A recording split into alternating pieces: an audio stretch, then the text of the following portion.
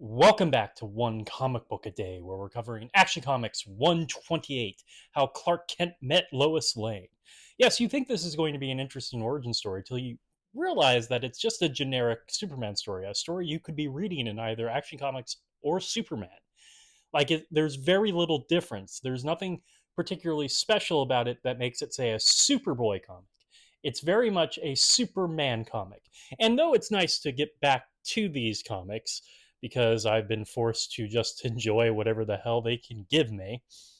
I mean, I'm almost nostalgic for it because I'm sort of missing it in between the weird adventures of Superboy that's kind of gone off the rails since they've gone from 7 to 10 pages. But it is kind of nice to see it. I do sort of miss these stories, almost like a comfort food. But I don't understand why you would need this. Like, Superboy to exist needs to actually be a Superboy comic, not a Superman comic. But other than he's a teenager here, it's especially not very different from Superman if he's just doing the exact same story, like the same exact default story.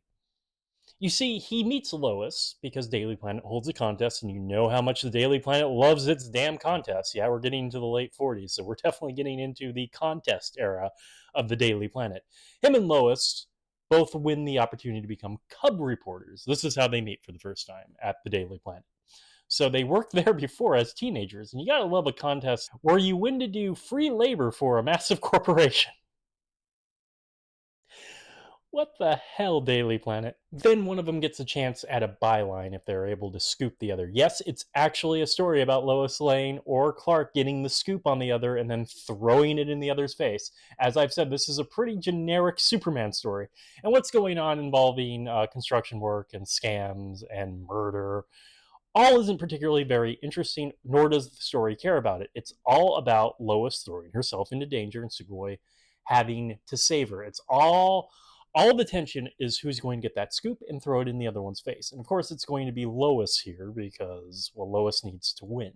Because there's really nothing else for Lois to do other than throw it in his face. And I feel like Lois gets the scoops more than Clark ever got the scoops.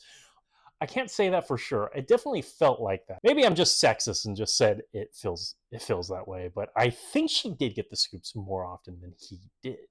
There was sort of a what felt like it being balanced for a while, but I do think she won more times than he did. Though I don't think it was a huge victory. But she wins here, mainly to throw it into Clark's face. It doesn't like young Clark, or Clark doesn't feel like he's a guy who should win most of the time as Superman. He gets to be Superman. Clark gets to be humbled, essentially. It kind of sucks to be Clark Kent. Not that much, because Clark is just a good guy. He just can't quite get the girl. He's not, say, the Spider-Man archetype, where literally being Spider-Man makes his life entirely suck. And he'll get the girl, but then he'll have to lose the girl because it always has to eventually come crumbling down. Superman doesn't need things to come crumbling down. That's why he does eventually get the girl, Lois. And they're married and they're perfectly happy and it works great. It's harder for Spider-Man to be married for it to work great if everything needs to come apart at some point, and that's essentially how Spider-Man works.